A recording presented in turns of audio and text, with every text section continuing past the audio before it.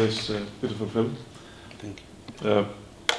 I think it was maybe different from what you imagined, because there's so much kind of action drama that you could have in that job, but you focused on kind of the very human side of what is behind this, and also like I thought it was interesting, the masculinity that you portray there. It's very warm and soft.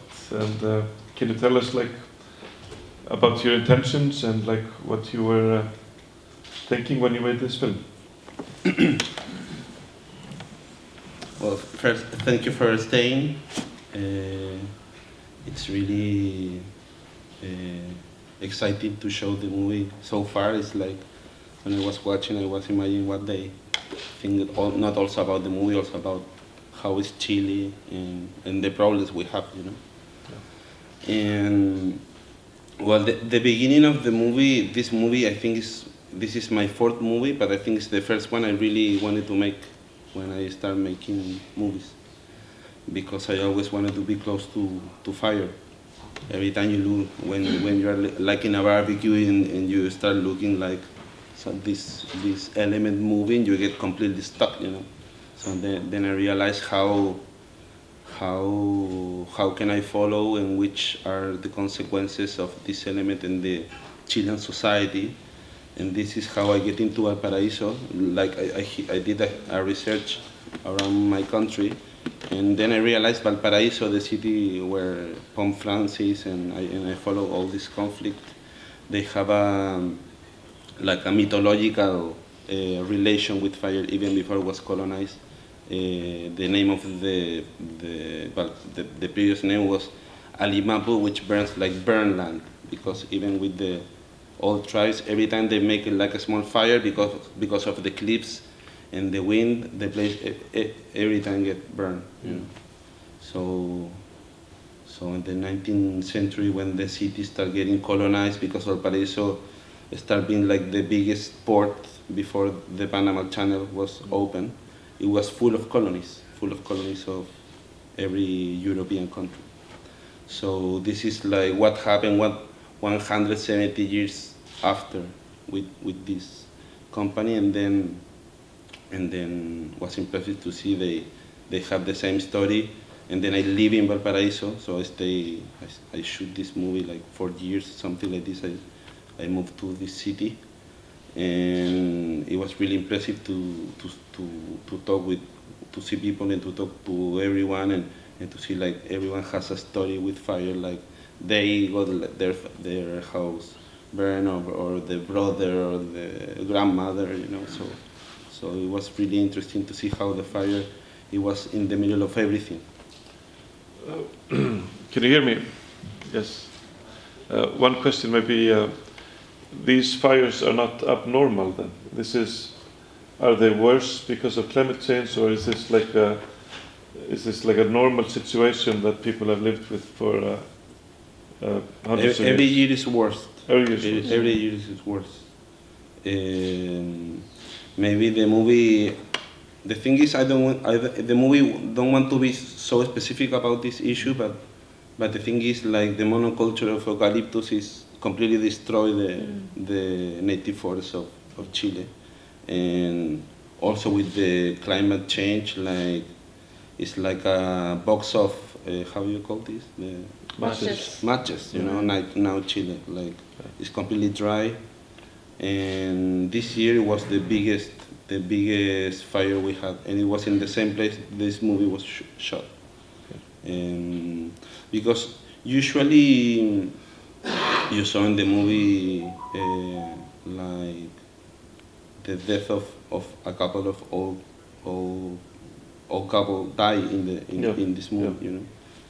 But it's not common to that happens, because it's easy to realize the fire is coming, and then you get out, but in this fire this year was horrible. Like 130 people died because they were also. This is a humanitarian conflict, because now we have lots of immigration, and this country was not prepared to to receive so many people, and they start living just across this forest of eucalyptus. So they didn't know how to run away when this happened, and it was the biggest fire we ever had in the story of our country. So this place also has this. It's like an abandoned city surrounded with this monoculture of eucalyptus. Bernard, what is your reflection on this movie? Oof. Give him the mic. Yeah, Is it similar to your experience? it's not every day that I'm happy I live in Iceland, but our warm summer is like your cold winter. So, but I felt for the people there, and I felt for my colleagues there, and what I understand is the firefighters are all volunteers. Yes. And from what I understand is that they themselves have to raise money to maintain the fire station and buy equipment and stuff like that. So that makes me feel more lucky to live in Iceland, where we are provided with everything by the community. So, but this danger you have there, all this vegetation, all this forest, and all those hills, and the constant wind. So it must be very tough to fight fires there. So I really felt for them there, and of course for all the people that died and have died. But these are all volunteers. All volunteers. I think it's only in Chile and Portugal, something like this. And then it's like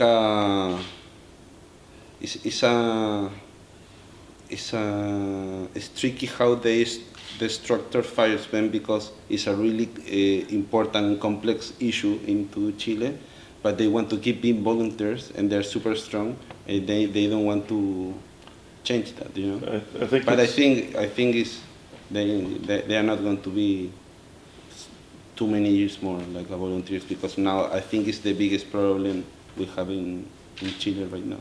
I think it's similar to the system in Iceland of the rescue squads. So those are all volunteers also. So and they don't want. They say it will ruin the culture if.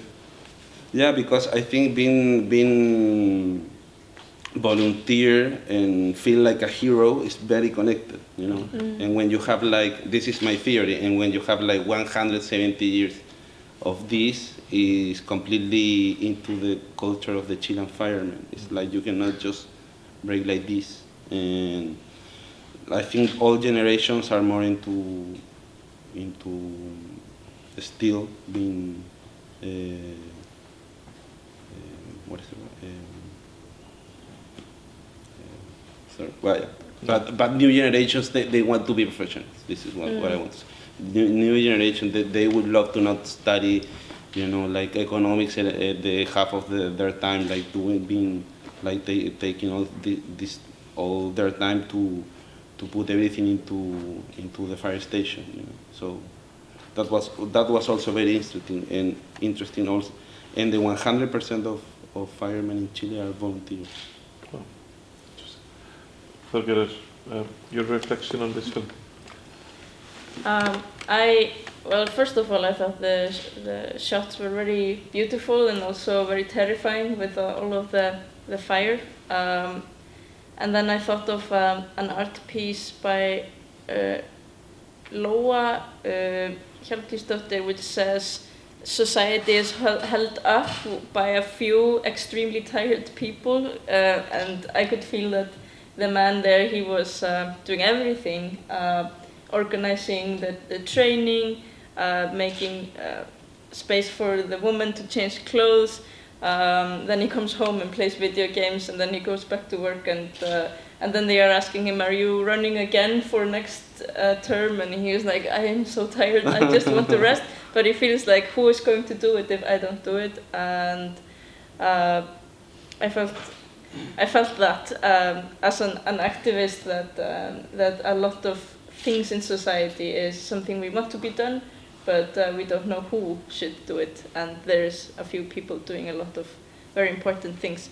But also I thought about about climate change, because I'm a climate activist, and about how climate change is happening amongst other things. It's never going to be convenient to address only climate change. People very often talk like we should focus on this is more important, this can wait. But like there's the destruction that is happening because of climate change is happening amongst with discussion about the constitution, and there's riots, and like society keeps going even though that there is also an increase in fires, and that made me think about that it's never going to be convenient to like now we have solved everything else and now we can focus on reducing carbon emissions. It's going to be part of a very complex discussion in society with all the other stuff we need to do. Yeah. Your choice of kind of approach to the issues, like it does not like call for action, like neither the riots, neither politically or environmentally. It's more like a very kind of not neutral, but not passive, but still you're just watching. It's an observing eye that you have, but you're not like putting voices of your political agenda or something into it. So, can you tell us like how? And probably there's, people are screaming in the streets, so it's both politics and environment. So, can you tell us like how you choose not to squeeze a screen into the film, or how you choose like your choice of the arts? Well, maybe that's more connected with the way I am, with the way I appreciate reality, and which I consider is the matrix of everything, which is kind of trying to see what is behind of all these images we saw on television or we listen in podcasts.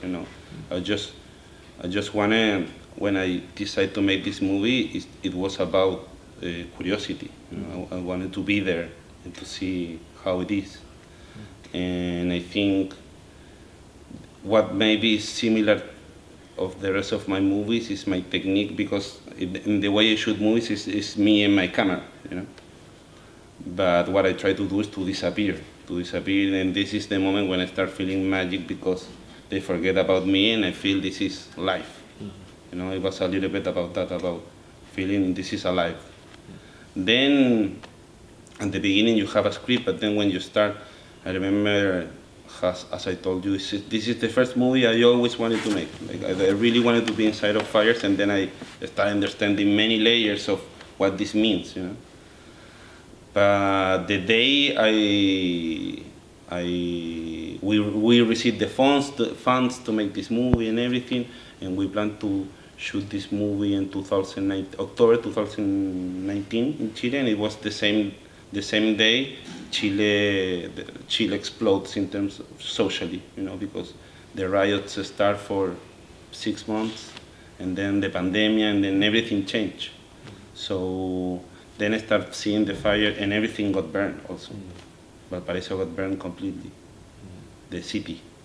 So I think my point of view completely changed, and I start seeing this issue more connected from the bottom, from the heart of the city to the monoculture forest. I saw which connect this, and I tried to use fire more in a poetic way, in some way. But I really wanted to show the feeling of being inside of a fire, and this was because, of course, many ideas are into the movie. But when I was making the movie, my effort was to get in, to get into the closest possible, just to feel it. This is, and then to show it. Bernhard, are you connected to the international community of your colleagues? Could you say that that you are feeling, because we see in the news, like we saw there, now we're seeing so many places flooded at the same time, so many places burning at the same time. I've almost felt like only last week I was just going through Twitter. I was just like watching the world fall apart in a way. Do you have like some kind of direct connection with your global community? We sure do, and this is happening all over the world. Portugal, Canada last year, in the States year-round. But we don't need to worry. Trump says it's the hoax, the climate change. So, no, that was a joke. So, we are a member of a group of fire departments, which we call the Nordic fire departments that are affected by climate change. We have seminars. We had one here in last year in June. So countries from all over the Nordic countries that lay close to the Arctic Circle or above it. So it's US, Canada, Sweden, Norway, Finland. Well, Denmark did not participate. They only have a small island above the northern circle. So, yeah, we are part of the international community, and it's a increasing concern all over. The intensity, the ever so occurring forest fires, wildfires all over are happening more rapidly. So, and also in the northern hemisphere is that we are facing more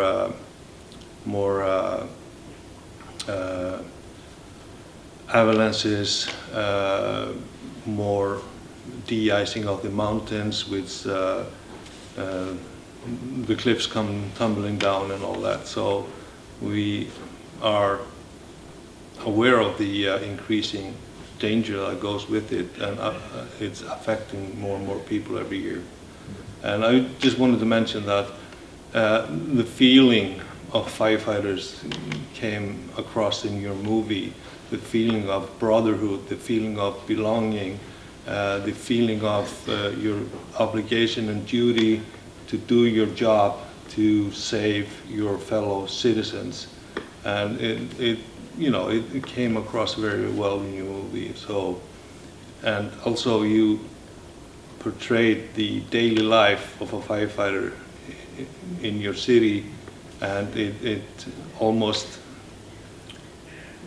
I could almost feel that for them it was almost nothing special. It was like an everyday thing. So yeah, but I take off my hat for you and the guys over there, and the two women that just joined the fire department.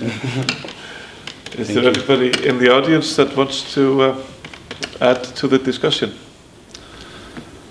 I would like to ask, it seems like in one or two occasions, it seems like the fire came from inside the tree. Seems rather strange. No, it's true. It's from inside. Inside? It's from inside. How was it possible? The camera almost died in that shot, but we managed to do it. We managed to do it because comes after of this tree which is burning inside, this eucalyptus. I don't know if you remember this shot. It's burning inside, and then I get obsessed about trying to do that. But many times we were like one lens like melt, things like this, because you can feel it like really strong. Your question, if the trees burn inside?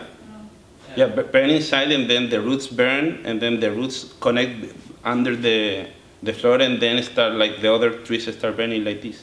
So that's why you never know when the fire is going to start in another place. Is that the oil in the eucalyptus? Huh? Is that the oil in the Yeah, yeah. eucalyptus? Yeah, they go under the. So every time when you are in a fire, you are walking in ashes. You know. But maybe you can explain more accurately. Ég ætla að segja þetta á íslensku að eldurinn getur ferðast frá einu tré yfir í annað í gegnum ræturnar og þess vegna brennur það upp í gegn og sérstaklega sum eldri tré sem þau verða svona stór þá er hluti af þeim orðið mjög þurr, þau eru ekki alveg jafn lifandi og síðasta skotið þarna þetta er börkurinn utan á trénu sem var svona glóandi og sást þegar vindurinn kom og jók við glóðina.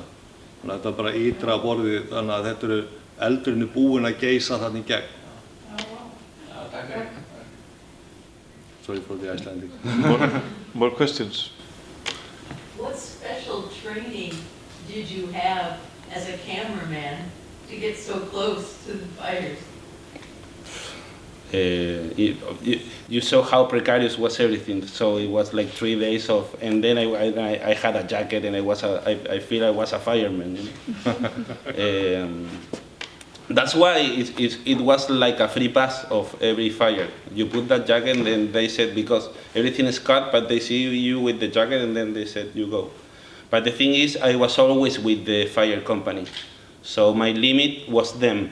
Them protect me a lot, and then after 2 years, we have this thing of looking, and they really was taking care of me and pushing me up and taking care of me when I ask, I want to do this, because sometimes the forest is burning and it's nothing to do. What the firemen do is to do this, how you call cortafuegos. It's like you cut the, because it's more about the helicopters, the one who needs to take care of like putting water on the fires, but firemen need to fire cuts. I don't know how to say, but it's like a line where the fire cannot cross to the other side of the forest. You know? So sometimes you are there and you have time to be an artist. You know, it's not like every time you are full of. I went, I don't know, like 60 fires. So maybe you are seeing like a part of the best I get, the best in terms of if you could say like best, but because it's very dramatic, you know. But at the same time, fires has this. It's crazy, but because fire makes you like this, you know. And I think firemen also they have this. They love to put the fire down. I think this feeling must be really something meditative, you know. In the way it's full present. I think this is my experience when I saw them like trying to put it down. It's like something who takes all your attention, and for me it was always difficult to wake up at 3 a.m. You know, like the alarm starts sounding, and I was like again, you know. But the firemen, they always wanted to do it, you know. They was always excited to. It's not they enjoy, but they have this. They want to experience this energy of putting down, you know, put the fire down. I don't know how it's for you, like the. Yeah, pretty similar. Yeah. And was it controversial when they came in, and how did they receive them?